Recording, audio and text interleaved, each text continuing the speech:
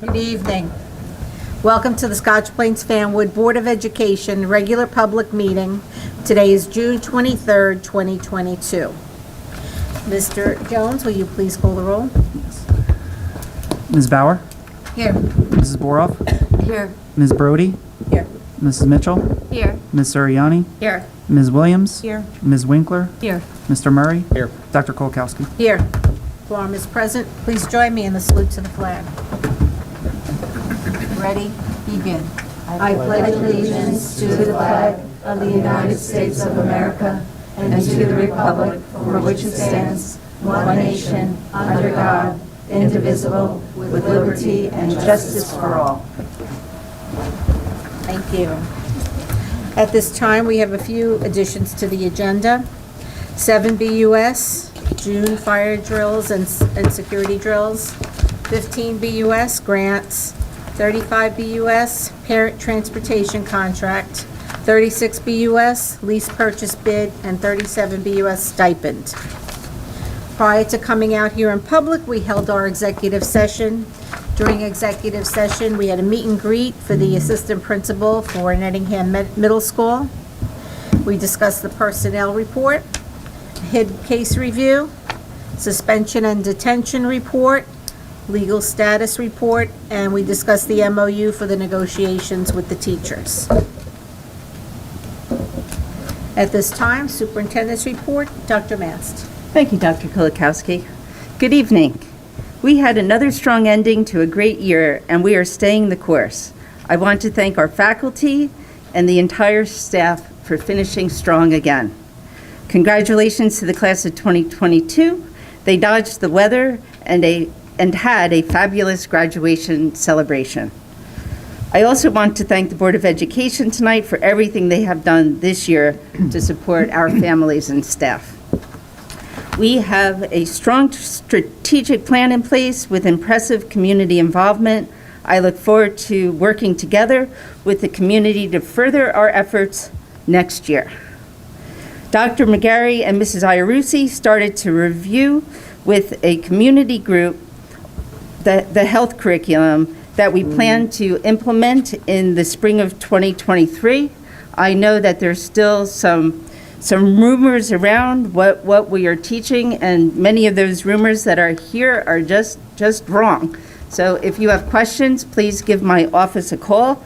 That curriculum is unfolding in a very thoughtful way with Dr. McGarry at the lead, along with Christine Iarussi, who is a mental health professional.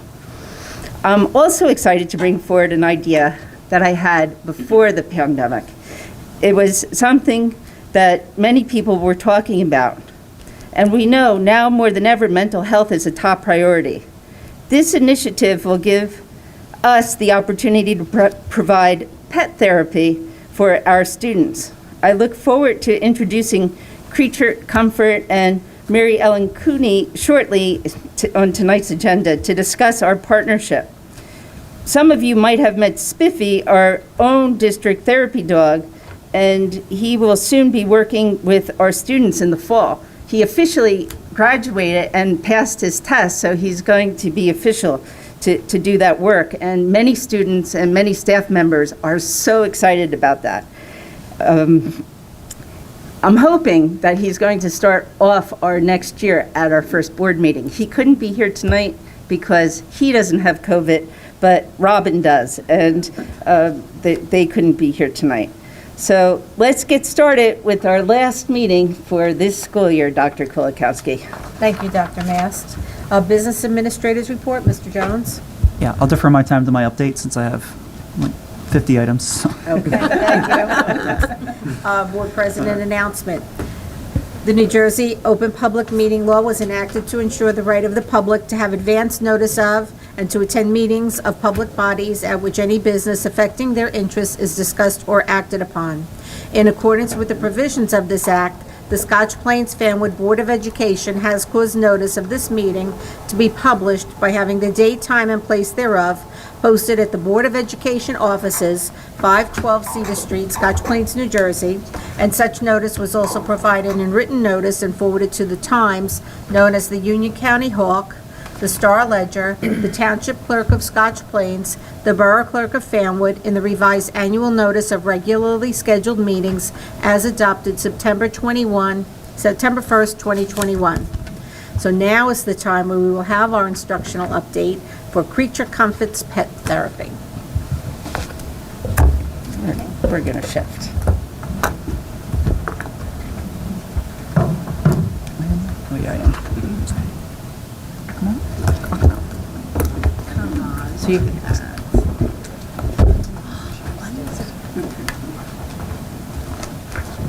Good evening.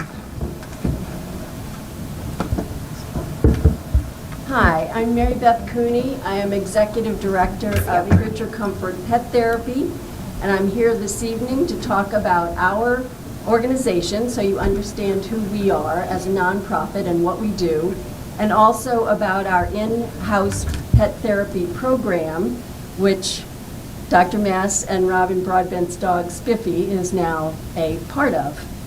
So this I would like to say first is, if you don't mind, can some of you, if you own pets, can you just let me know by raising your hand? Okay. This is a good thing. So I just wanted to introduce you to a few of our pets who are part of our program, and they are our, whoops, let me go back to it and see if it'll play for you. No, it doesn't want to play, does it? Oh, it doesn't want to play. I love it because it actually moves. Anyway, not doing this right. She thinks Jamie's been working on this with me, so I appreciate it. Ah, she's got the trick. There we go. You just have to watch them for the second that they start showing you who they are. If you notice, there's not just dogs on that screen. There's also rabbits and cats. So those are some of our four-legged volunteers. So when you look at that picture, I'm sure if you already have animals and appreciate them, that brings feelings of warmth, calm, and probably a smile. And it might make you think of your own pet. We are a nonprofit that was founded about 10 years ago, and our mission is to enhance lives through therapeutic visits with caring volunteers and their pets. We work in 9 counties of New Jersey, North and Central New Jersey. So what is pet therapy? If you need a boost, you might go hug your pet. Pet therapy is the response that happens when a person interacts with a calm, loving animal. We certify pets and their owners, and then we set up the visits for them at facilities in those 9 counties. We actually do about 300 visits a month. That's 8 to 10 visits a day that we schedule. And we do this in 9 counties in about 170 facilities, all kinds of facilities, hospitals, nursing homes, schools. We do autism, Alzheimer's, hospice, veterans, homeless, domestic abuse. We address a lot of issues. And again, we have about 400 to 500 volunteers. Half of them have 4 legs. We touch about 70,000 people a year. So again, what is actually happening when pet therapy is happening? So there are 2 organizations that have teamed up to start to help to look at the research behind what makes pet therapy what it is. They are Zoetis, which is a pharmaceutical company for animals, and HABRI, which is the Human Animal Bond Research Institute. They believe and have proven that something more is happening between us and our pets than just love and loyalty. So the scientists learn more every year, and they are finding the facts behind the feelings. Some of that is what you see there. And I use this slide from them because it is a PTSD slide, and we kind of see it as just stress in general. Stress in general in the world right now is very high. I don't know that we would necessarily define everything as PTSD, but the point being that pets give us a break from our problems, from stress. The brain responds to them, and it helps to do all that you see in that brain right there. Reduces depression, decreases heart rate, lowers anxiety, gives us more feelings of caring and love. And it also creates companionship and mindfulness in the moment. As we all know who own pets, if they're not mindful in the moment, there's nothing else that they are. They are just mindful in the moment. And that actually today, of course, is important. We talk about meditation, breathing, and yoga a lot because we are looking for the relaxation and calm that the pet has and that gives to us. So again, more benefits of it. These are just a partial list of the benefits of pet therapy: lifting spirits, lowering blood pressure, improving cardiovascular health, and diminishing physical pain, encouraging communication, socialization, and movement. But why does it work, actually? So humans have needs. We need to be needed, we need to touch, and we need to be touched lovingly. Just so you know, the animal on the left is a rabbit. Okay, just it's an Angora rabbit, but it's a rabbit. So this is what's happening for the people. The animals are producing oxytocin in the brain. Oxytocin is a wellness chemical. They call it the social chemical because it's what we feel when we hug people. It's what we feel in a group that we feel comfortable with, and it's what we needed in the original part of man when we needed to survive. We needed to be in a group to survive. So that is what oxytocin is about. It's part of our makeup, and it's what happens during the period of when an animal and a person are in contact with each other. Believe it or not, the animal is also getting oxytocin at that time. If we know anything about what happened during COVID, it's that isolation doesn't work well. And so socialization is needed for health. This is how we qualify our teams. Basically, we have a test, which Spfboe, Dr. Mast and Robin Broadbent's dog went through. Spfboe goes through a test which tests him on obedience and temperament as the base. And within that, they are tested by a volunteer crowd who comes in, of males, females, all ages, because the animal in pet therapy needs to love strangers and be very comfortable with strangers and in all strange surroundings. So that's what we test them on. You actually can't train an animal to be a pet therapy animal. You can train them to be obedient, which is very important in pet therapy. But the thing is that they come with a personality, just like you and I. And their temperament that they come with needs to love strangers. So that's what we test them on. And then we also test them with wheelchairs and walkers because they need to be okay around medical equipment. We test them with noises. We test them with other dogs to make sure that they feel comfortable with other animals around them.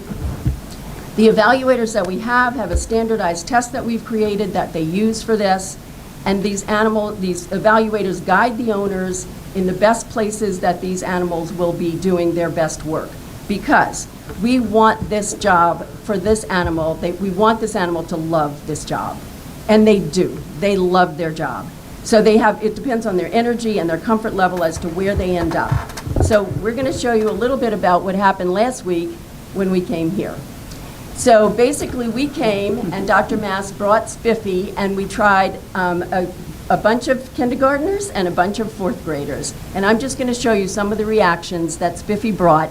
This is Spfboe producing oxytocin for children. So you can see that joy and that lack of stress and that relief on their faces. Here's another picture just of observing. What we were here to do was to observe Spfboe. Part of our contract for the in-house therapy program is that we come in and we observe the animal in the building itself, and we have a discussion with the owners, in this case Dr. Mast and Robin Broadbent, about the best position to put Spfboe in. So in other words, how often does he need to rest? How much can he work? What is the best way to situate him, even in a room with a bunch of children? We go down to the detail. We've been doing this for a long time, and we are very specific about our experiential knowledge to help with making this the best event it can be for both the children and the dog. Again, just showing you some of it and how it works with the animal and the children. We certify the primary handler to be a member of Creature Comfort because then they get all the benefits of that, which is a lot of our extended education on the types of visits that they do. We also follow the person and we conduct our facility assessment and keeping the ongoing guidance to answer any questions or support the handlers for Spfboe. And we do annual reassessments. So again, just showing you some of the happiness on the faces. If you notice, Spfboe looks pretty happy too. You see Spfboe's reaction? That's pretty much what he's going to do. He loves it. Absolutely loves it. And so do they. And one of the big bonuses is not only are you going to see happiness on the faces of the children, but you're also going to see the joy that he will bring to staff. I have a 2-minute video that I'd like to show you. If we can get it, hopefully it'll play. Let's see. This is one that we made, actually Fairleigh Dickinson University made it for us, and it is about getting volunteers, but it kind of gives you a quick overview of some of our volunteers and what everyone thinks of the program. So one of the most memorable visits we've ever had was with a 6-year-old girl who selected autism. After the course of several weeks visiting with the dog, she was referring to the therapist question to the point where they found out what the problem was and they were able to intervene. And being unclear, we met with the girl outside. She read a whole book to my dog out loud. Creature comfort pet therapy is amazing. Rewarding, I would say incredible. Family, kindness, love, it's just a combination of all that. Just say unconditional love. And I know that's more than one word, but that's what I would say. Whole persons, warming hearts is what we do and have been doing for over 10 years. We are Creature Comfort Pet Therapy. What makes Creature Comfort special is our dedication to our volunteers. The volunteers bring the mission to life, and we keep fulfilling every day we can. From scheduling days and checking with insurance to fund gatherings and decision calls. Creature Comfort brings to life the way we do things. We have 500 volunteers, half of them have 4 legs, bringing comfort and smiles to those in need, wherever they are. Creature Comfort was really organized. They are really professional. They have the best owners. We love the volunteers that come from Creature Comfort, both the 2-legged and the 4-legged variety. And I do hope that you'll also consider joining them and expanding their team, because we certainly would like to meet you here.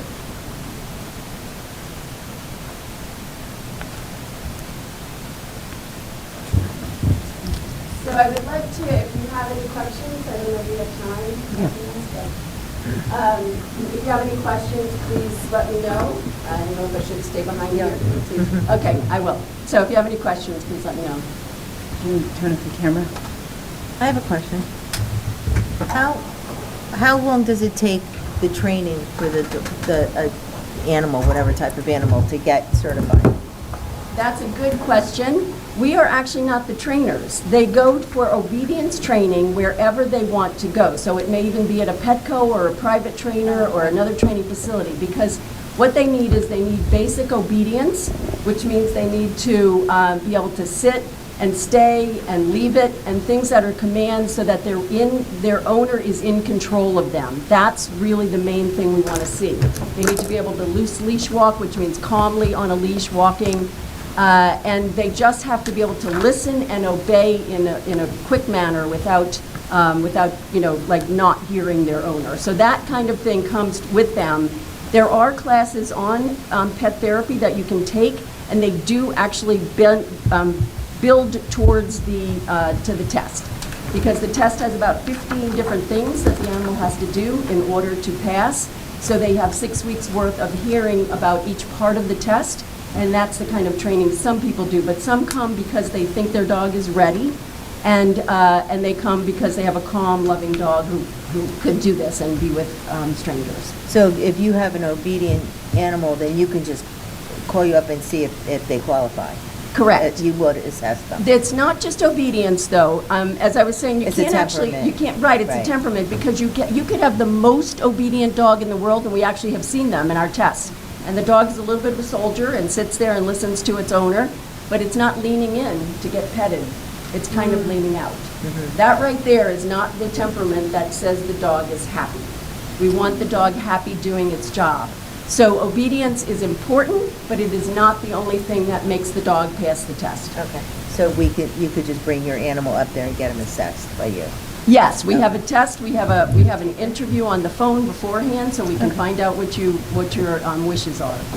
Thank you. Hi, thank you for coming. I know Spfboe has been training for a couple of years, and now we're at a point where is at the next part of his journey to be, I guess, introduced into our schools. I'm just wondering if you, over your years of experience, have seen, pet therapy dogs used creatively and effectively in schools, and if you could just reflect for us. I know that's a big question, but briefly on, a few ways you've seen that really work well.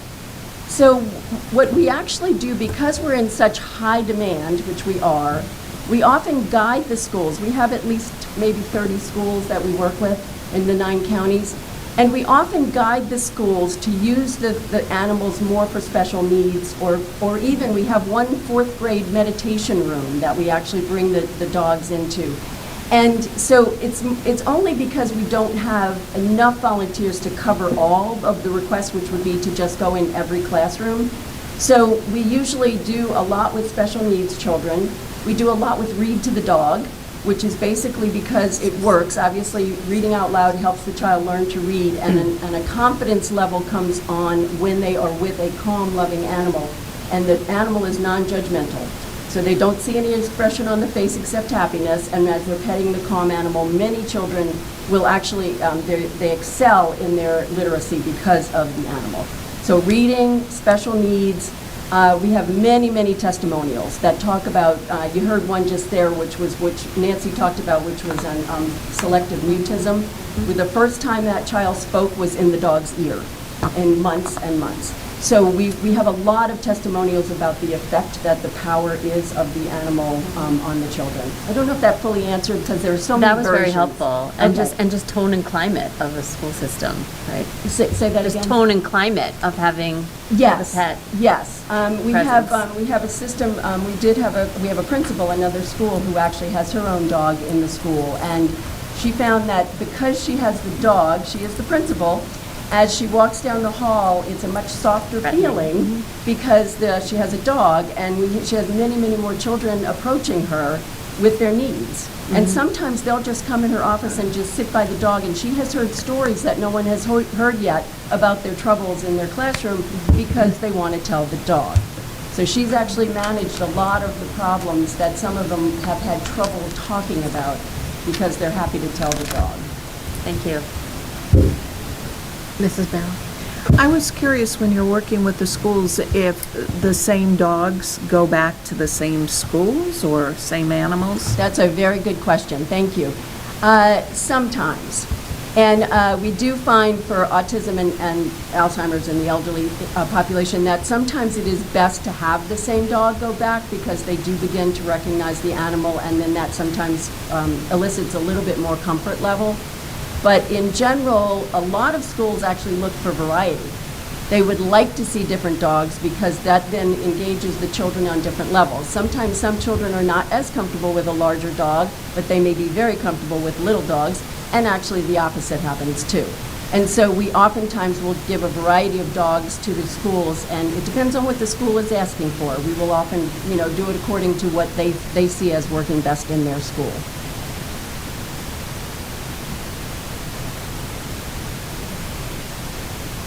Any other questions?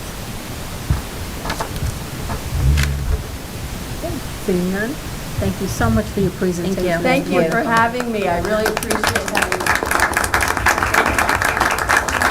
We're very excited to work with Spfboe and Dr. Meston, Robin Brockton, because they are excellent handlers for Spfboe, and Spfboe is a rather amazing dog.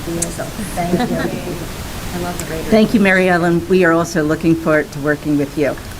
And this would be a perfect time for your exit stage. Right. Have a good night. That brings us to our public comment portion. In accordance with the Scotch Plains Fanwood Public School Bylaws 0164, 0165, the meeting will be open for 15 minutes for public comments. Maximum 3 minutes per speaker. Speakers addressing superintendent items, business functions, and other board business will be heard first. If time remains, speakers may address other matters. Speakers, please speak slowly and clearly by stating your full name and the town in which you reside. Please note, board members cannot respond regarding concerns with individual students or staff members.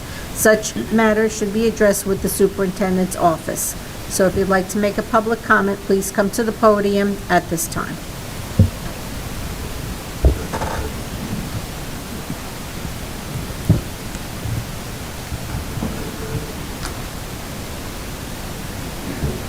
Good evening, Board. Lisa Leibowitz, Scotch Plains resident, member of the SPF Concerned Parents Coalition. Scotch Plains Board of Education members, you are at a crossroads. You can either dig your heels in deeper and continue down the path you've been on of your horribly misguided notion that you and the NJEA know what's best for our children, or you can take a step back, reevaluate the direction you're taking this district, and get back to the business of education, not co-parenting. I fully understand that you are required to implement DEI, diversity, equity, inclusion, but as the board in charge of the academic learning of my kid, our kids, thousands of kids in the district, you can determine what and how to implement DEI. Under the guise of DEI, you hired a highly prejudicial activist to hypocritically train your staff on their unconscious and conscious bias and inherent racism based on her own belief that if they're white and Christian, but even if not Christian, still racist because they're white, but I digress. Also under the guise of DEI, your school libraries are teeming with explicit sexual content. Lawn Boy, a book by Jonathan Evison, described as a coming-of-age book with a layer of LGBTQ romance, available in the high school, middle school. But there's no children. But there's one thing I'd never tell Nick in a million years. Not that it really matters in 4th grade at a church youth group meeting.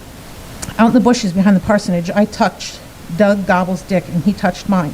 What if I told you I touched another guy's dick? I said. What if I told you I sucked it? I was 10 years old, but it's true. I put Doug Gobble's dick in my mouth. All I could think about while he was chatting me up over the rim of his cappuccino was his little salamander between my 4th grade fingers, rapidly engorging with blood. The Bluest Eye by Toni Morrison, a book about a black girl who wishes her eyes were blue so she could meet the white standard of beauty. Also available to the students. The following is an excerpt describing a father and his young daughter. He put his head down and nibbled at the back of her leg. His mouth trembled at the firm sweetness of the flesh. He closed his eyes, letting his fingers dig into her waist. The rigidness of her shocked body, the silence of her stunned throat was better than Pauline's easy laughter had been. The confused mixture of his memories of Pauline and the doing of a wild and forbidden thing excited him, and a bolt of desire ran down his genitals, giving it length and softening the lips of his anus. Surrounding all this lust was a border of politeness. He wanted to fuck her, tenderly, but the tenderness would not hold. The tightness of her vagina was more than he could bear. His soul seemed to slip down to his guts and fly out into her as the gigantic thrust he made into her then provoked the only sound she made, a hollow suck of air in the back of her throat, like the rapid loss of air from a circus balloon.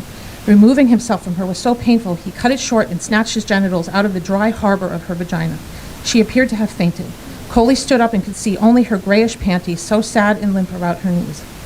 Where does the school librarian, principal, and Board of Education get the notion that pornographic, sexually explicit reading materials that touch on race and LGBTQ are reasonable and appropriate ways to incorporate DEI? Pedophilia, rape, incest, molestation, and other illegal acts. How exactly is this DEI? And is there no other alternative to make these materials available to children in the school library out of the watchful eyes of parents? I'm not asking for these books to be banned or burned. Heck, if someone wants to give their child to read these materials, they can order on Amazon, take a trip to the local library.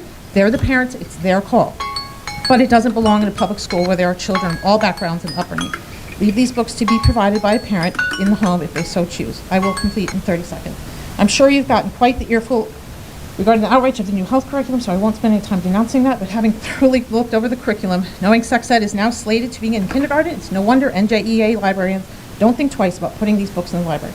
Nothing quite like sexualizing children as early as possible, huh? Board of Ed members, I implore you to re-examine the role of public education, reading, writing, arithmetic, music class, some kickball and PE, soggy pizza, recess, sports, band. Consider getting back to the basics and letting the parents handle the rest. And if you're a parent who disagrees with my parenting, please take a step back yourself. I'm not pushing my beliefs and my views on your child. I'm not insisting the schools promote particular lifestyles, ideologies, or views. I don't care what you do with your child and how you choose to raise him or her.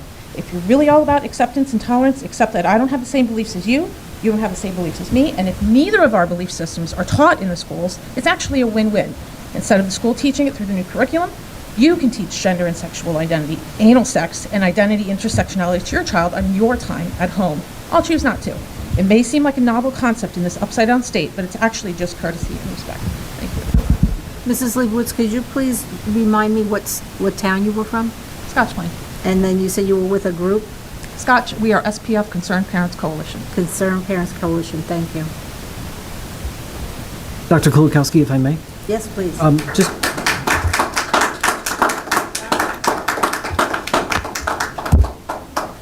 The board's agenda is pretty long tonight, which is fine. Everyone will have a chance to speak. There's another public comment period after the agenda. So as Dr. Kolakowski read out the instructions, if there's anyone who has any comments on the agenda items, if they could be allowed to speak first.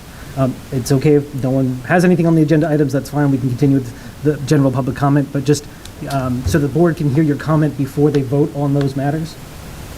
Is there anyone who has public? Thank you. Thank you, Doug.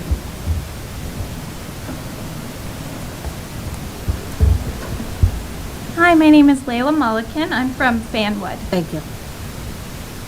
My agenda item was on page 4 of your agenda. It's section 8-S. Dr. Mast did say that the implementation of the health standards are going to happen in the spring of 2023.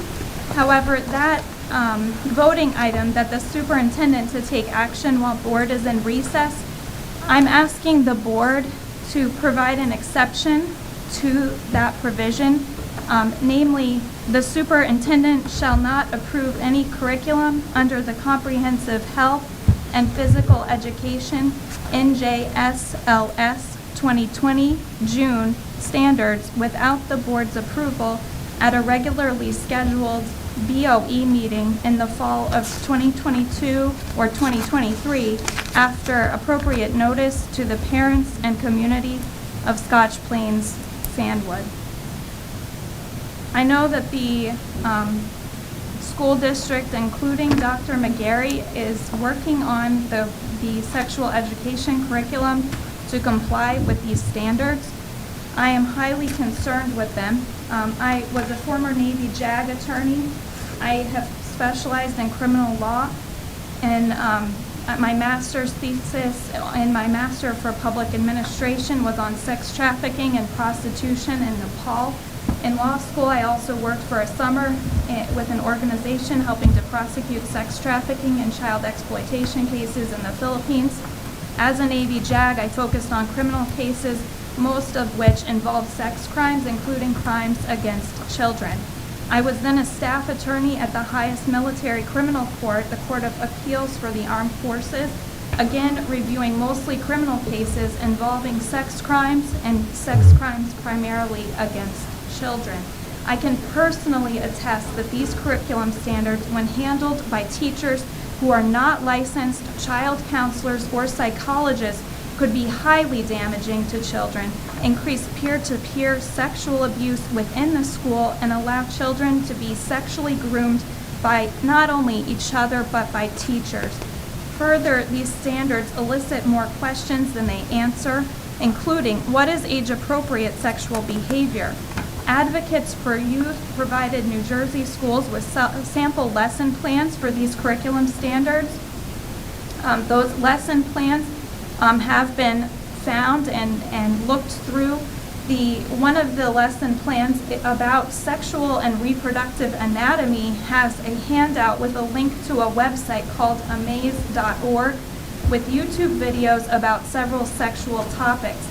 On amaze.org, there are also videos that include things about puberty, and there are highly explicit videos on Amaze that come up in proximity to that video, including one about pornography with the message that everyone watches pornography and that it's okay to watch and that it's free.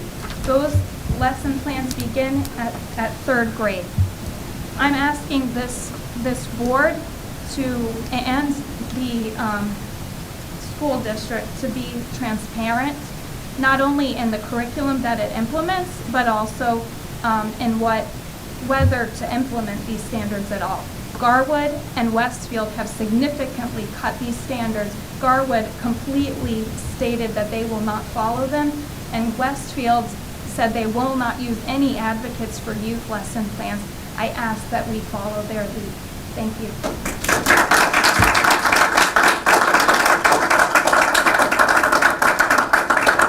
Thank you for your comments, Layla. Thank you. Is there anybody else that wishes to make a comment?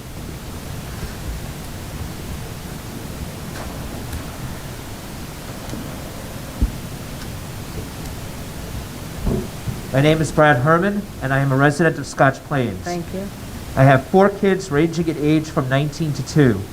I viewed those responsible for educating me with the highest respect, and I had very high expectations for the Scotch Plains Fanwood School District educators. While I have certainly taken issue with certain policy in the district, I am very happy to say that my kids' teachers have by and large met my expectations. My children's educators are effective, caring, and have taught my kids a lot. They have been particularly effective in teaching my 12-year-old son, who falls under the special needs umbrella, and have had the patience to work with him in ways that I have not. Having said all of that, there are topics that are appropriate for educators to teach my children, and there are topics that are best left to my wife and I, especially if said topics are age inappropriate, such as those conveyed in the sex education curriculum. I have remained in contact with many of my own former teachers. I am going to read a quote from my first grade teacher. She is the lady responsible for teaching me how to read, and I have remained in contact with her for the past 39 years. Her quote here is in response to a Facebook post about the sex education curriculum. The quote states, "Having taught grades K to 3 for so many years, I feel very strongly that many children are not ready to understand sexuality or gender identity at this age, and the confusion created could actually be harmful. However, any teacher who observes a child with a problem in this area should speak to the parent, and if the parent agrees, counseling should be arranged. And every teacher should also react to bullying. This is really nothing new. Many years ago, when family living and sex ed was taught in 5th and 6th grade, the parents had to give their consent. Children also should be taught to judge others by their character and not by race, religion, or the way they look. I taught that to children 50 years ago. Maybe if everyone lived by Martin Luther King's words, this world would be a better place. Unfortunately, our differences are being emphasized today rather than our common bonds." My teacher is echoing my thoughts exactly.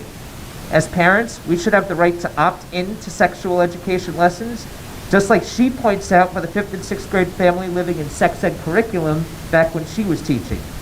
If I couldn't allow my 12-year-old son to watch the movie Breadwinner in school without my consent, why is it okay for a 6-year-old to be involved in a lesson about sexuality and gender identity without a parent's consent? The sex ed curriculum, as I have read, is highly age inappropriate, especially for kids in K through 2nd grade, and requires understanding of complex social issues and beliefs. A physics teacher would not teach quantum mechanics before teaching classical mechanics. A math teacher would not teach Ito calculus, also known as stochastic calculus, before teaching ordinary calculus.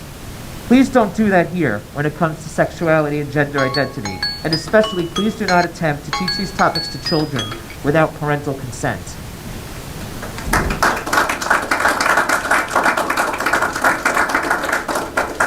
Thank you, Mr. Herman. Any other comments to come before the board? My name's Keith DiMatteo, and I'm from Scotch Plains, and I just want to really second what the woman there said before about we can't pass something with regards to the sexual education curriculum without having more discussion in the town. One thing that I see happening in this town more and more now is that there's a small group of people basically making decisions for all of us. And I saw it during COVID, quite frankly, all right, where there were a lot of people who wanted to open the schools, and there were some people who wanted to get it, you know, keep it closed or whatever, and there wasn't enough discussion on it. I mean, it got to the point where people had to take it out. That happened, right? That's a fact, and I believe that's why the schools reopened, right? So I really don't want to have the same issues with regards to sexual education in this town. Let's have some discussion with regards to what it is and what should be done, and not just pass something here and then have a whole bunch of people upset and, you know, coming back and, you know, doing whatever with regards to coming in here and screaming and yelling and stuff like that. I think if we're reasonable and we come to the middle, we'll get a good decision. But if you guys do this over the break, when there isn't any open discussion, it's going to be a problem. So I just hope, and I would second, and I just really implore you to do that if you can. Let's be reasonable about this. Thank you.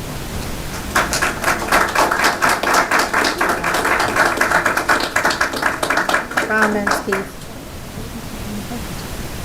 We have time for any more comment? One more. Another public comment?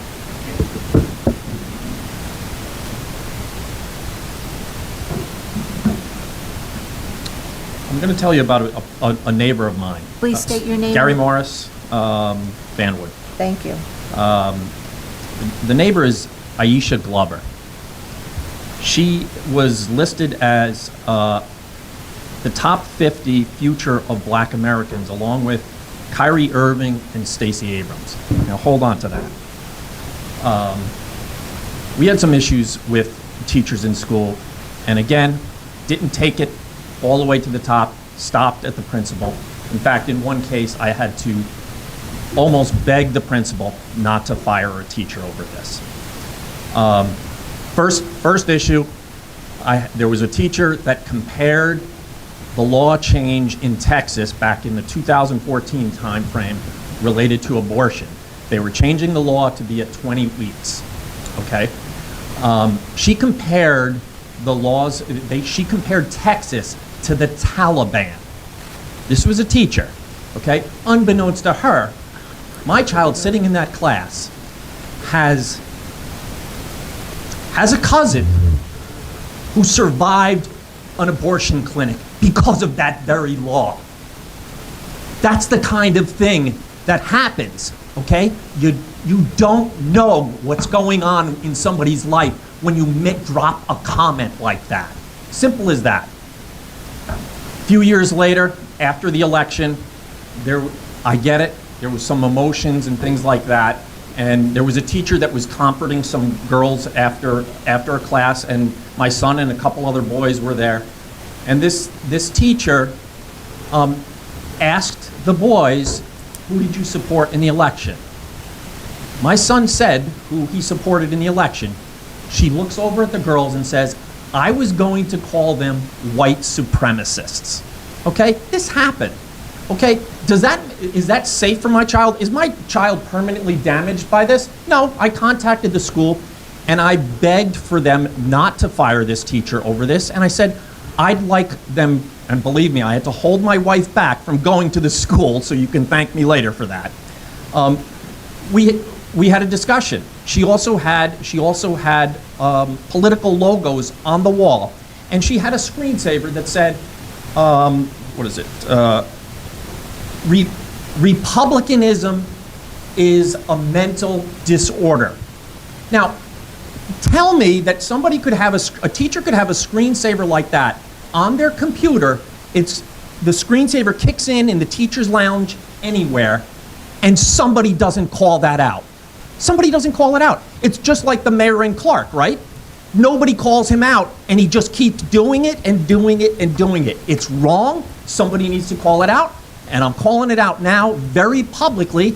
And we forgave this woman, and she was crying, and I trusted her, and I even told her about her social media was awful as far as things that she was saying. She took that stuff down.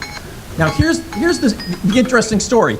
The child she called a white supremacist is a babysitter for Aisha Glover. Okay? A babysitter for Aisha Glover. Again, one of the top 50 future of black Americans. And this is what I'm talking about. You don't know somebody.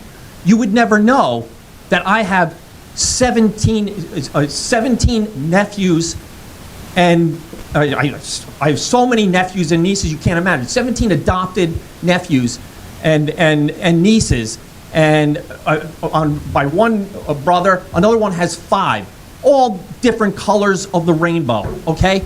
And so somebody's gonna assume because I'm conservative that my family is racist. They got another thing coming to them. The one thing that is really failing here is the books that you choose to offer children. The Bluest Eye, for instance. By the way, I love the thing with the reading list this year. You don't have to read the books, but the Bluest Eye is listed on there twice, and it doesn't catch the asterisk. You heard what's in that book. How is it that doesn't get the asterisks for being adult themes?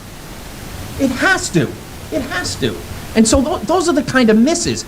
We also have, from Fanwood, Thomas Chatterton Williams, okay? Mr. Morse, your time has expired Okay. quite a while ago. If we could just Okay, summarize Thomas your comments. Chatterton Williams, award-winning author from Fanwood, New Jersey.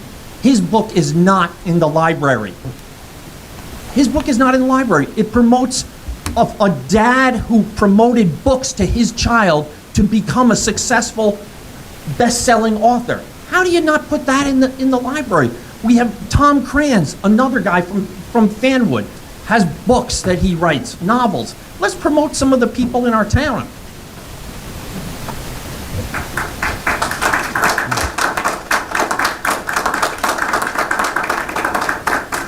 Thank you for your comments, Mr. Morris. Does that conclude our time? Yes.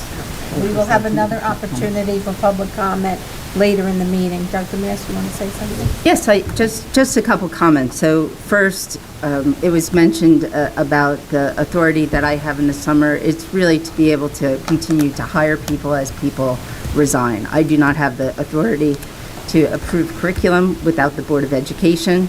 The second comment that I would like to make regarding the health curriculum is that is a work in process. That is something that I've said at former board meetings, that we are working in conjunction with our community, with our teachers. It was a sampling of 30 parents, and we have a bigger subset of parents that we're planning on bringing together.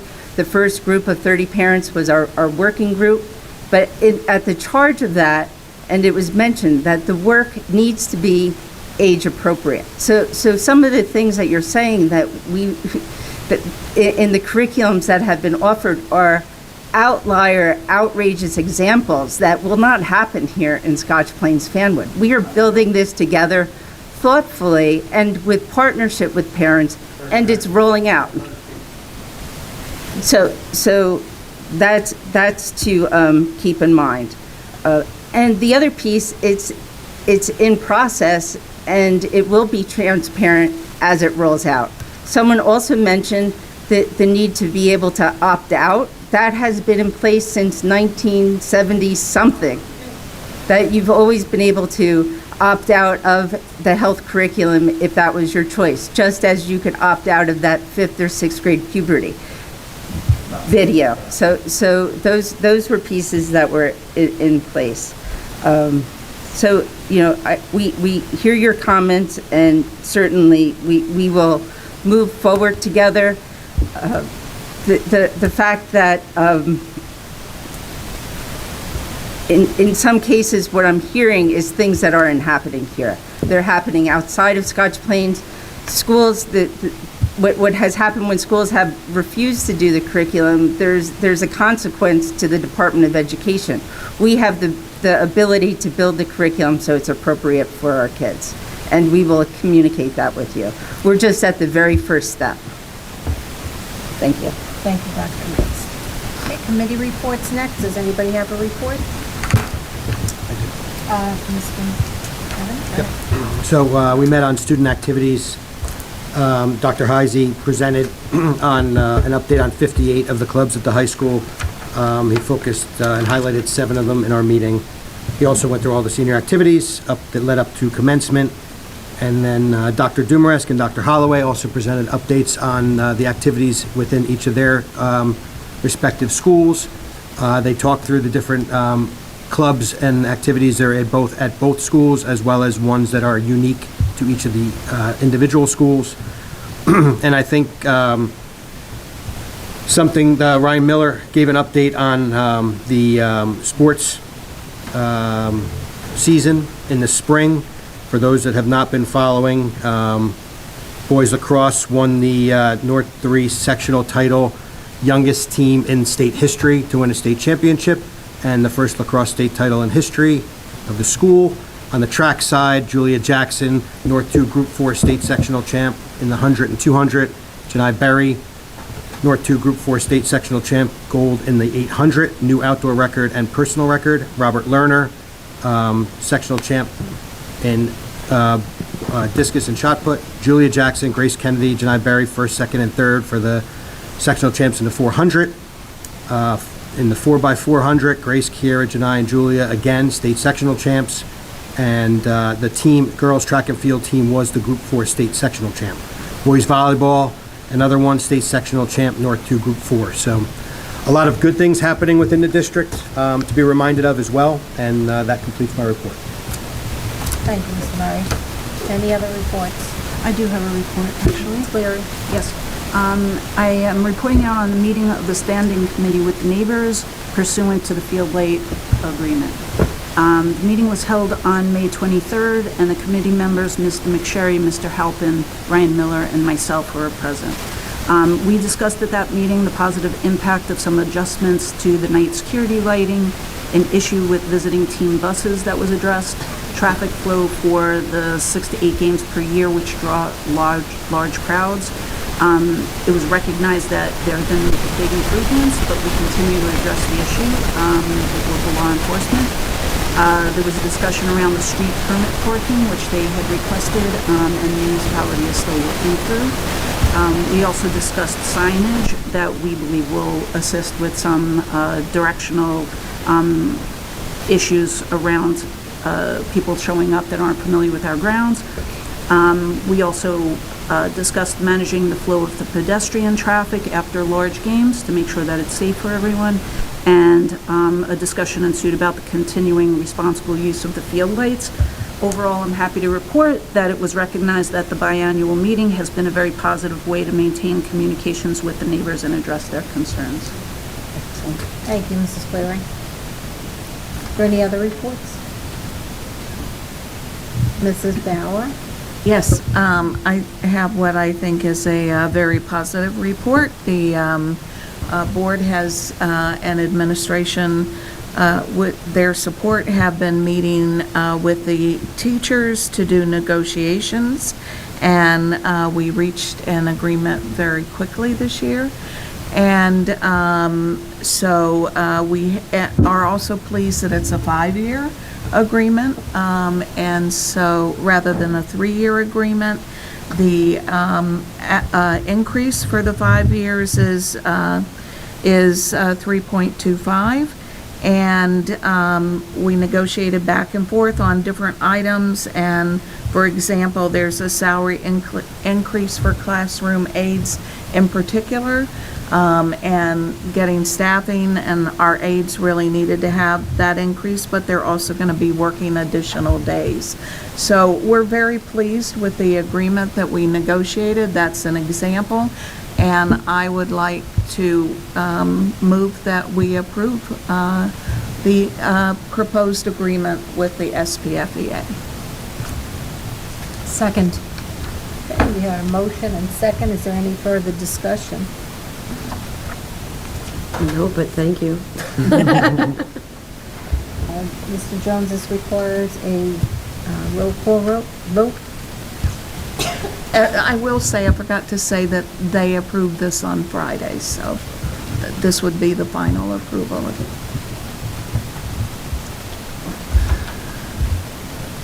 it. Okay, Ms. Bauer? Yes. Ms. Winkler? Yes. Mrs. Boroff? Yes. Ms. Brody? Yes. Mrs. Mitchell? Yes. Ms. Sirianni? Yes. Ms. Williams? Yes. Mr. Murray? Yes. Dr. Polakowski? Yes. Motion carries. Thank you, Mr. Jones. Thank you, Mrs. Dow.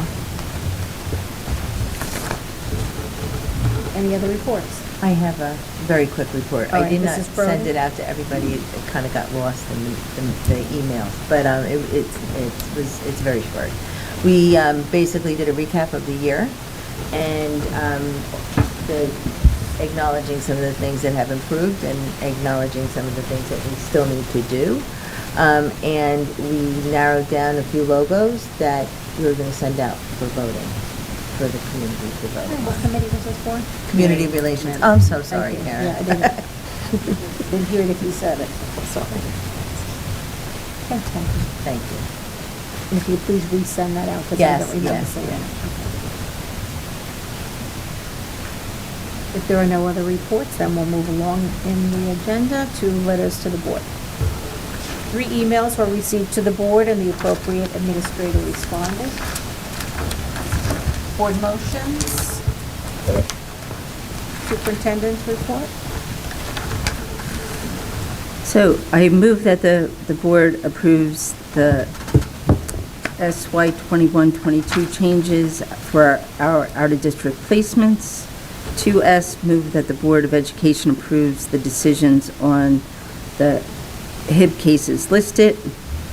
3S, move that the Board of Education approves the submission of HIB and SSDS for the time period September 21 to December 21.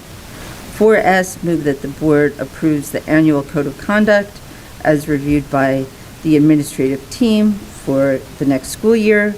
5S, move that the Board of Education approves the Danielson rubric for teacher evaluation and the Marshall rubric for the administrator supervisor evaluation for the next school year. 6S, move that the Board of Education approves the student summer assignments. 7S, move that the Board of Education acknowledges the receipt of the biannual gifts for the high school, Terrell, Evergreen, McGinn, and School 1. 8S, move that the board, in the case where action must be taken within the school system, including hiring of personnel while the board is in recess, that the superintendent is authorized and shall be expected to act. The superintendent's decision shall be subject to review and approval when appropriate by the board, and it is the superintendent's duty to inform the board promptly of such action. 10S, move that the Board of Education approves Wayne Millette, Supervisor of Fine Arts, to serve as the administrator for the 2022 Creative Summer Workshop. 11S, move that the Board of Education follows the ESY 22 placement and 2022-2023 school year placements listed. And that's it. Do I have a motion? So moved. Thank you, Mrs. Boroff. And the second was Mrs. Bauer? And Mrs. Winkler, excuse me. Is there any questions or comments? Being the motion and second. All those in favor? Aye. Any opposed? Any abstaining? Motion carries. Thank you, Dr. Mass. You can go on with personnel. Thank you. Move that the Board of Education approves the recommendations for personnel that we discussed this evening in exec.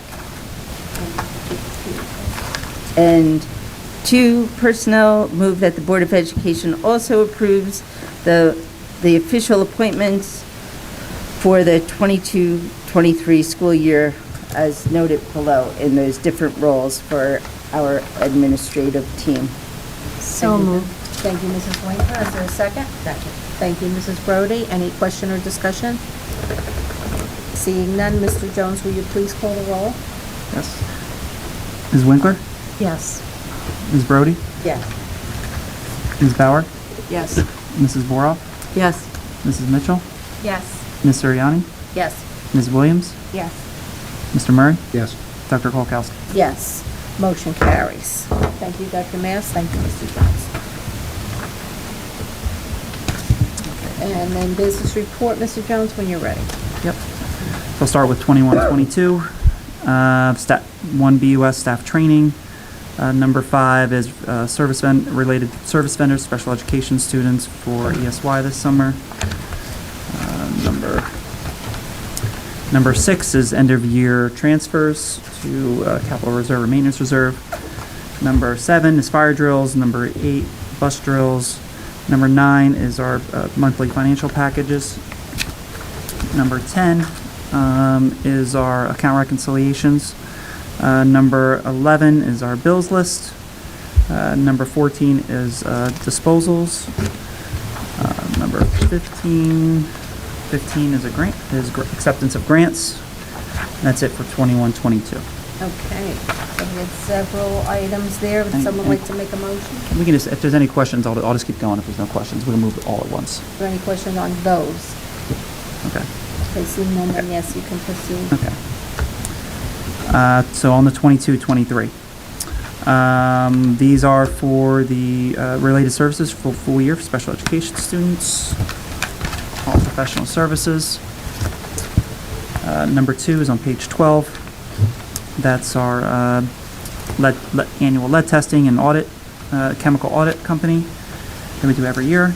Number 3 is Phoenix Advisors, who does our lease purchase bid for our computers. Let's see, number 4 is on page 14. That's our insurance. Just a quick thing to note there, 15% increase is fairly large. The major driver of that is workman's comp. So we're part of an association, and workman's comp claims due to COVID are significantly up. So that's driving most of the increase. Okay. Number 5 is our approval for modular units and pre-K rooms. Number 6 is our school district cafeteria system. Number 7 is renewal for Frontline, which is our HR system. Number 8 is for Systems 3000, which is mostly our accounting system. Number 9 is Energy for America. They help us with our facilities temperature controls, energy efficiency. Number 10 is our agreement for tuition with the VOTEC. Number 11 is our agreement with the Union County Educational Services Commission to assist in the special education, professional services, and our non-public school administration. Let's see where we're at next. Page 20 is word 12. That is for a consultant to help us with our E-rate, which funds infrastructure upgrades for technology. It's federal funding.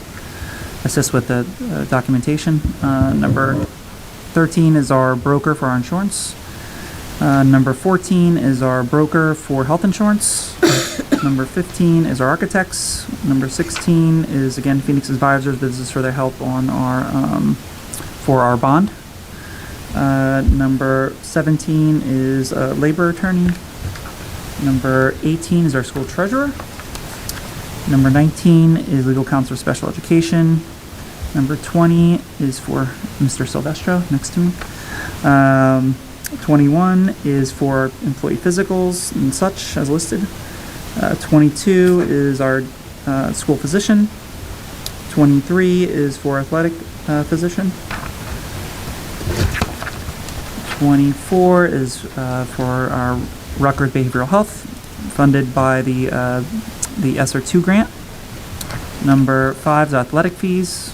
26 is our annual grants that we apply for to federal IDA and ESEA, similar amounts to prior years.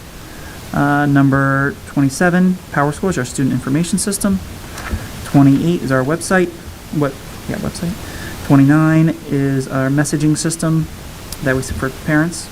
Number 30 is our WeatherWorks, which helps us with weather forecasts. And we have access to our meteorologist, helps us with snow.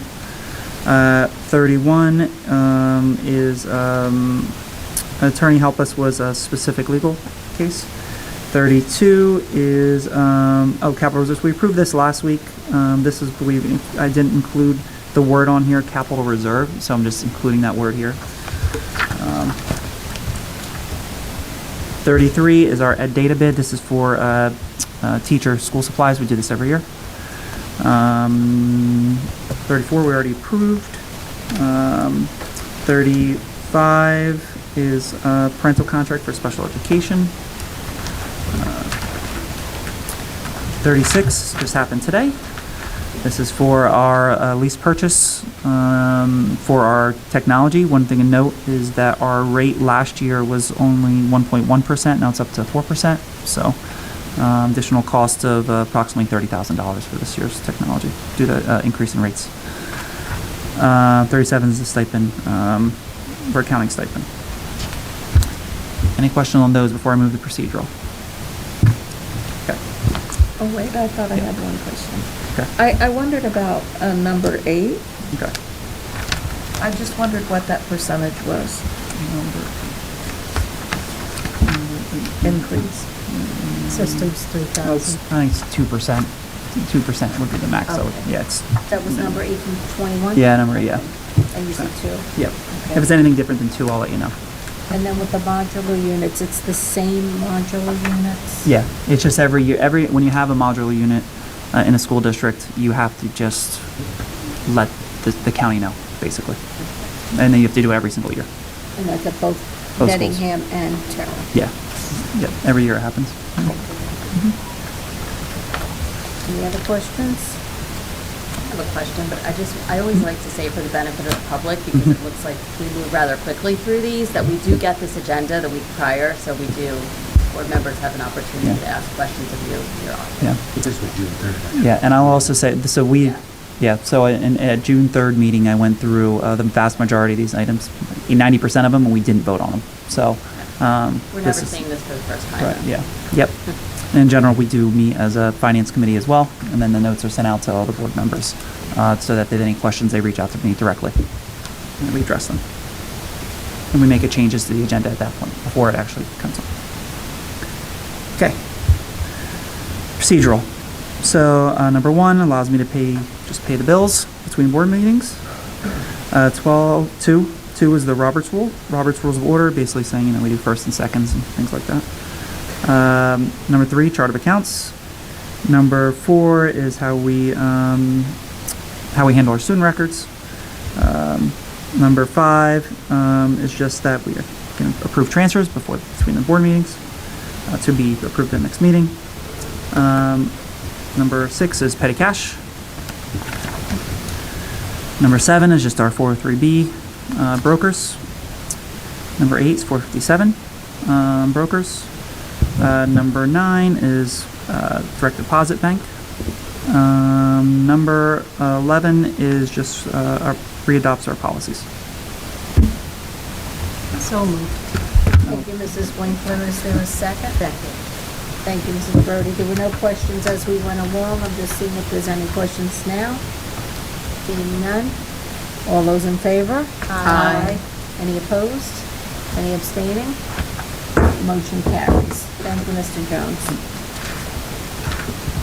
Board policies? Not tonight. Do board business? Seeing none. Other board business? Liaison reports? Seeing none. Request to attend workshops? Seeing none. Approval of the minutes. We need a motion for the May 10th open agenda meeting, executive session, and the public session. May 19th, the executive session, and the regular board meeting.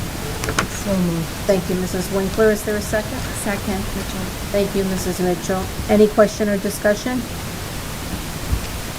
Seeing none, all those in favor? Aye. Any opposed? Any abstaining? Abstained from May 10th meeting.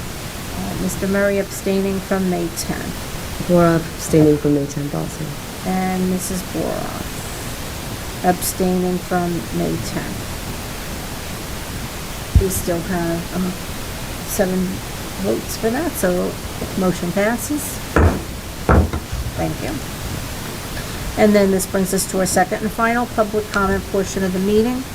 In accordance with the Scotch Plains Fanwood bylaws 0164 and 0165, the meeting will be open for 15 minutes for public comments. Maximum 3 minutes per speaker. Speakers addressing superintendent items, business functions, and other board business will be heard first. If time remains, speakers may address other matters. Speakers, please state your full name and town in which you reside. Please note that board members cannot respond regarding concerns with individual students or staff members.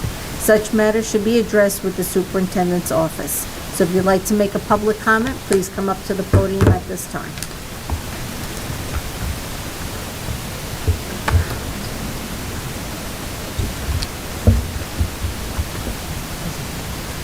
John Denning, Scotch Plains. Thank you. I'm not going to read what I had intended to tonight. I was particularly moved by some of the earlier public statements, particularly one that this woman made as it related to pornography. I am the product of the sex education system 30 years ago. The attitude then was, it's an appetite, a desire to be explored and fed. The boys at my school chose to do that through pornography. They asked me to partake, women, thank you. I said no. right? It became a game. Can we get him to look at pornography? Can we show it to him? Can we ask him to engage in lewd acts with the girls in the class? Again, women, you're welcome. I said no. That led to a train of abuses. Taunting, hitting, pushing. I was hit over the head with a wooden umbrella.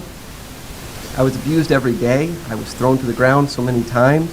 I would spend math class scraping the mud off my pants with my pen cap because I would not engage in those activities. We even got one girl to act out the Harry Met Sally scene, you know what I'm talking about, in the back of the class, so loud that the teacher, who was hard of hearing, eventually heard it and turned around and asked what was going on. This is all the product of giving these kids a sexual education that they were not mature enough to handle. And I remember very distinctly one boy when he asked me some of these questions, and he said, "Is the reason that you won't do this because you're a Christian?" And I said, "Yes." Now you would think that would lead to, guys, it's his beliefs, leave him alone. No, it intensified. The apex of this was out in the field. Well, there's two. One kid tripped me while I was running full out. It hit the ground so hard I couldn't breathe. I thought I was going to pass out.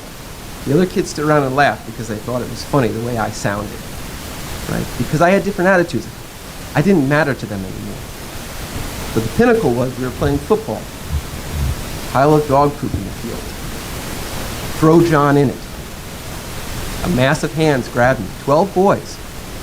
White hands, black hands, Indian hands, Oriental hands. Christian, both Catholic and Protestant, Jewish, Hindu, Buddhist. Didn't matter. Didn't matter that I was a white Christian. No protection there. Throw white Christian privilege out the window. For minutes, they tried to throw me in that. Now, I'm giant now compared to what I was then. I wouldn't let them do it. The way it ended, they pinned me down and they rubbed it in my face. This is what happens when you feed children information they are not mature enough to process. It gets out of control. And that is exactly what this curriculum does. I know it promotes itself as more progressive because we're pushing things down to younger children. I'm going to tell you another story about a man with 2 dogs. Put the phone away. They raced the dogs. He would always know which one won. They asked him, "How do you always know which dog is going to win?" He said, "Because it's the dog I feed." You guys are feeding the dog that pushes kids towards pornography, towards sexual acts before they're ready. These are your daughters that are going to be the objects of their intent. This is going to be your sons who are looking at these things and feeding that appetite before they're ready. You guys have kids in the schools, and you will share in the culpability when they go through those acts, or when they go after kids who are different, who have a set of values that are different. The school talks a lot about equity, equality, and diversity and inclusion, but it needs to live it out, and it needs to make it universal. It needs to be for everybody. When you guys go and do this, you're going to create an outcast. Those kids with values that they reflect deeply in their hearts and in their religions. And that's the outcome. And I've seen it myself, I've seen it start here, and I've seen it other places. I hope that you will choose not to be a party to future incidences like that. Thank you, Mr. Dang.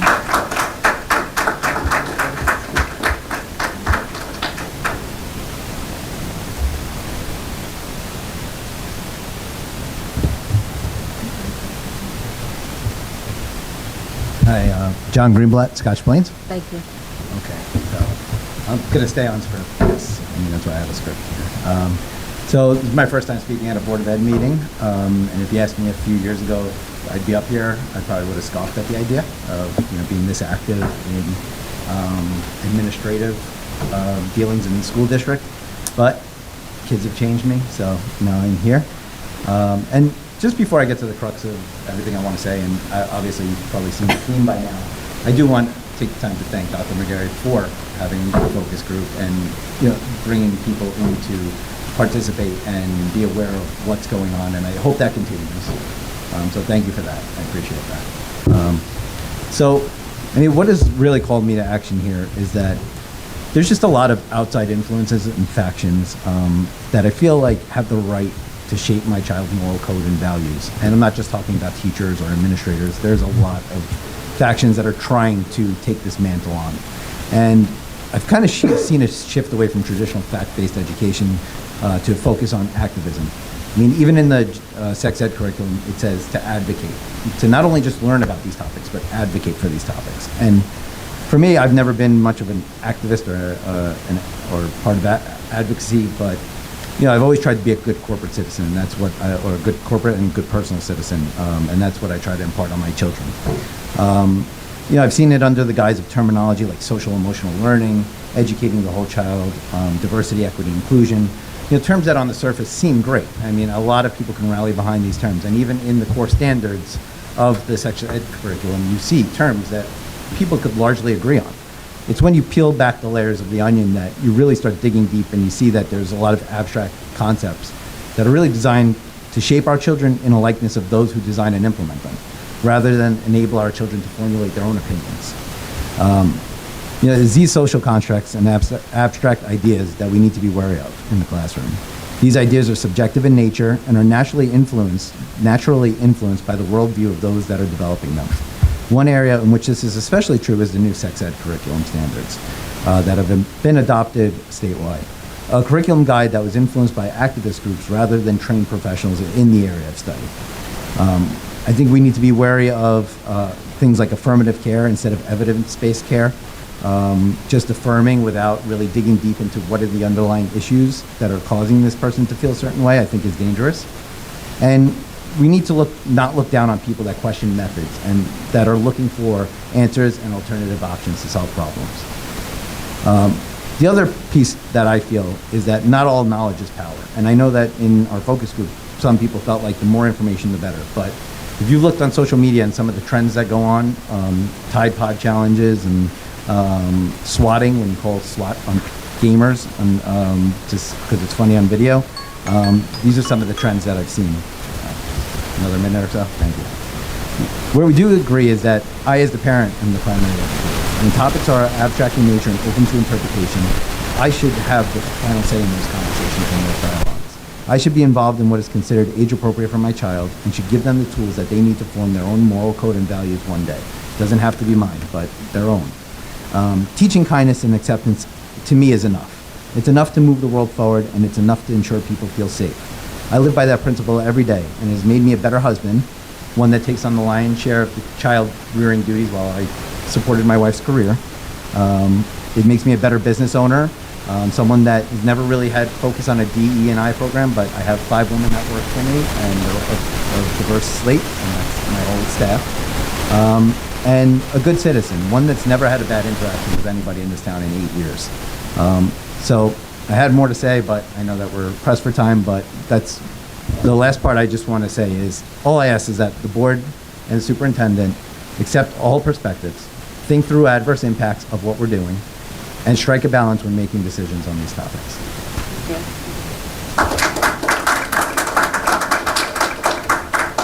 Thank you, Mr. Greenblatt.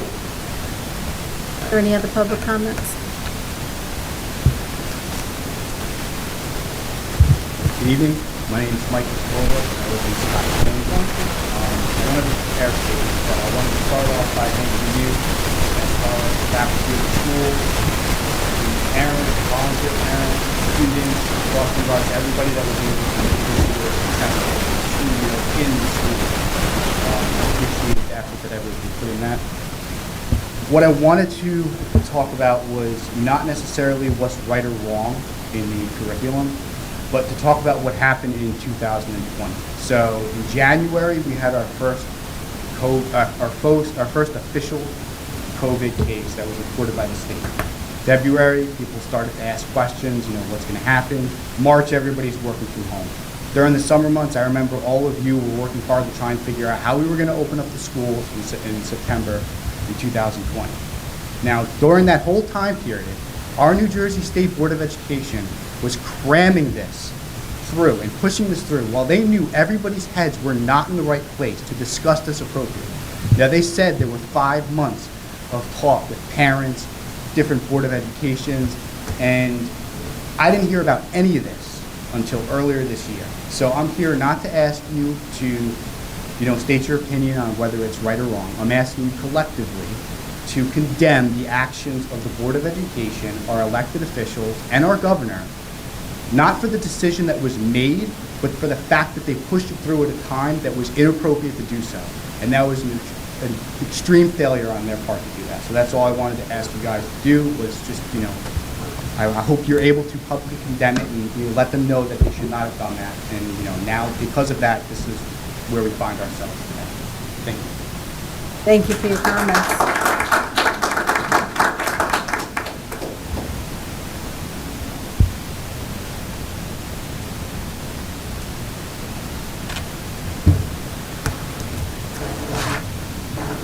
Cami Trepka, Fenwood. Can you please repeat your name? Cami Trepka, Fenwood. So a lot of the things that have been said, I don't wanna repeat, because I think you got the message.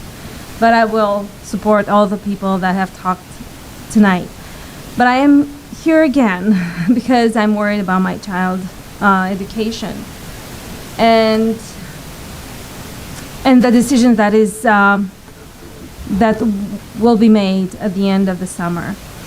It's strange. I haven't addressed the disappointment that I had with the Dr. Joshi's so-called workshop, which hasn't allowed for an open conversation that was promised to us. It was more of a pre-planned scenario that favored Dr. Joshi. We were silent. I felt like I was silenced. So I feel like this strategy repeats again. I mean, don't get me wrong. I love the teachers that my kids have had so far.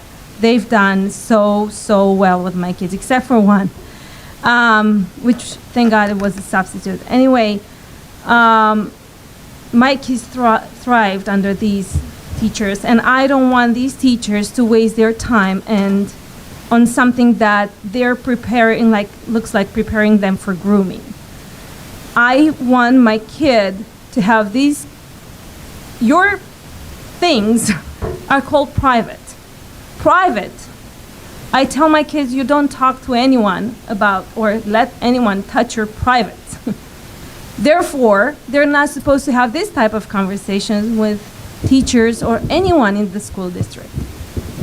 God forbid if that happens. That conversation I will have with my child when I think he is ready. And he will approach me first with questions, not a teacher, not a stranger. Because let's be frank, a teacher is a stranger. It's only 1 year. How much can she know about my child? Would she know more than I know? I don't think so. We're talking about emotionally and development. We're not talking about knowing, math or writing or reading. Also, the teacher does not know what a child goes through in their own homes, right? So they have different values, different religions, they come from different environments. Therefore, they should limit themselves to teaching academics. Regarding this curriculum, I really hope someone mentioned an opt-in rather than opt-out, which I'm okay with. I'm more okay with that. But I really consider that maybe 50% you consider not taking it in consideration. I think children develop emotionally, mature different. Boys from girls, different like boys between boys or girls between girls. I don't think it's appropriate to have this conversation with the children. And yeah, that's what I'm saying. Thank you so much. Thank you, Tammy.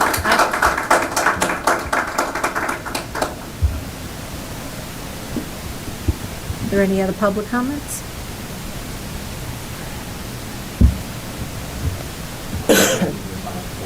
Gary Morris. I'm just wondering if Spiffy, the therapy dog, would be welcome in Fanwood Parks. That's just something I'm dying to know the answer to that. Not at the moment. Could we get some sort of sign off from the mayors or something that Spiffy the therapy dog can be allowed in the Fanwood Parks? We I can think get that would involved be in super politics. important. I would even clean up after. Thank you. We will approach the mayor on that question. Thank you, Mr. Morris. How are we doing on time? We have time for one more, Dr. Polakowski. Anybody else public comment? I'm There fast, you are. I Great. promise.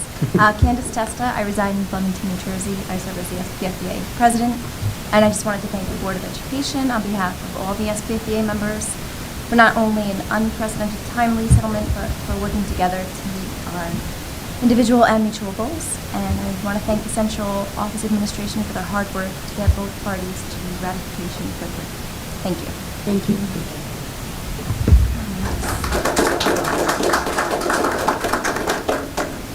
Thank you, Ms. Testa. Any other comments? Seeing none, then we'll close this portion of the meeting and move on to the upcoming scheduled meetings. Our next Board of Ed meeting will be Thursday, August 25th. It will be a regular public meeting in this room, followed by the one on Wednesday, September 21st, due to back-to-school nights, which will be a regular meeting in September. Are there any remarks for the good of the order? Mrs. Winkler. I had the pleasure of attending the 8th grade ceremonies for both Nettingham and Terrell and the high school graduation last night, and they all went very well. The weather didn't completely cooperate with us, but it held off well enough that no one was going to melt from a little bit of rain spitting down on us. But thankfully we weren't rained out, and Dr. Heisey is very particular. As long as there's no thunder and no lightning, we're going to go forward and see how we do, and it worked out really well. 3 beautiful ceremonies. Yes, they were all very beautiful ceremonies, each very individualized, and the students did very well at each of them. You'd see the respect for each of the administrators at each of the schools as the students came up for their certificate or diploma.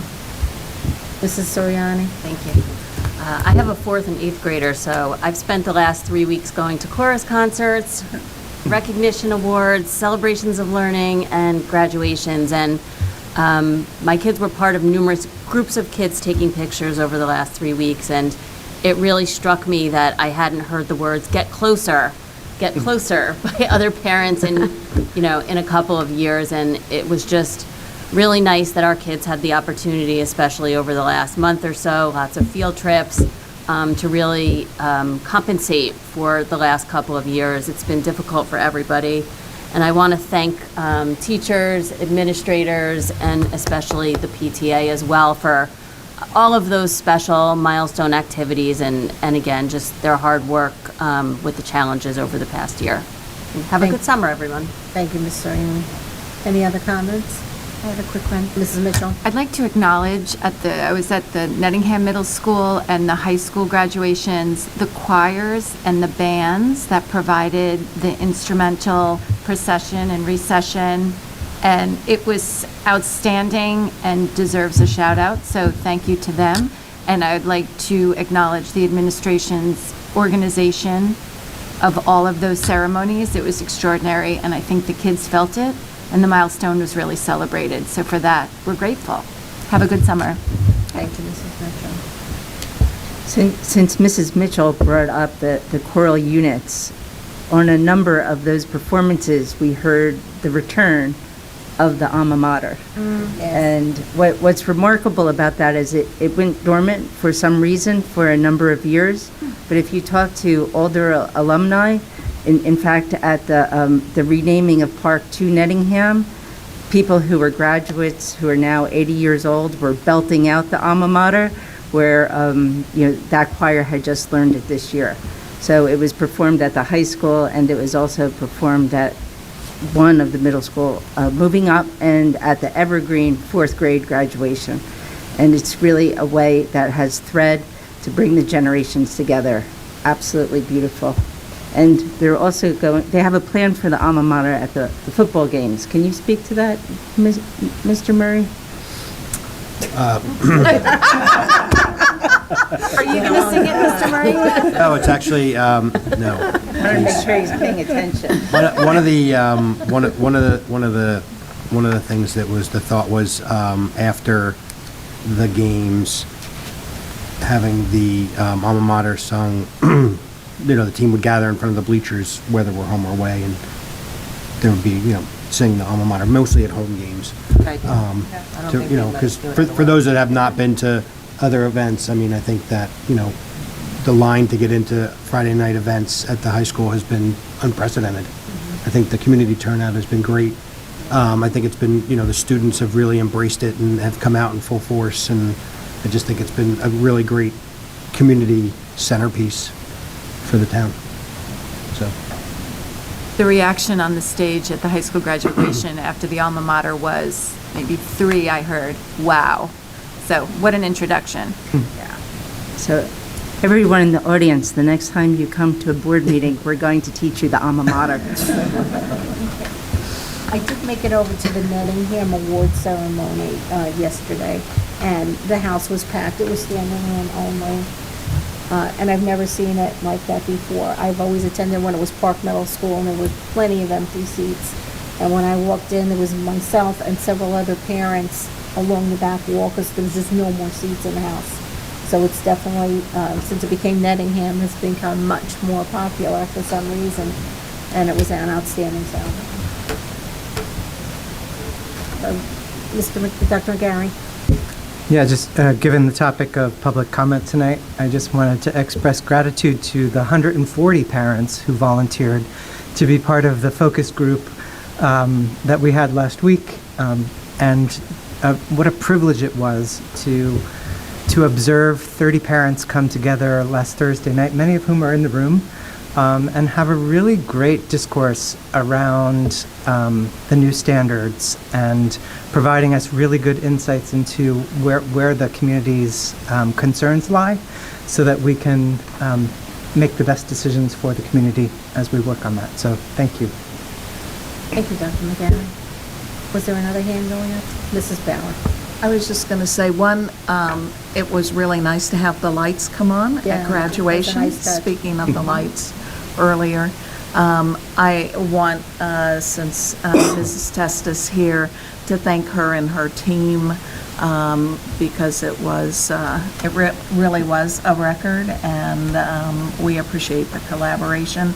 And just to thank all the teachers and administrators in general, to echo whoever else was saying that, I think Mrs. Siriani, because the year was more challenging than we realized it would be when we all started off. And so I'm think a different 3 R's for this summer: rest, relax, a little reimagination instead of the other 3 R's. So That's a good one, Mrs. Bauer. Thank you. Any other comments? Seeing none, then I'd like to have a motion for adjournment. So moved. Thank you, Mr. Second. Murray. Second. Thank you, Mrs. Soriani. All those in favor? I thought Oh, it was Mrs. All right, you all sound like, Mrs. Williams seconded. And all those in favor? Aye. Any opposed? Have a good Have a nice summer. good summer.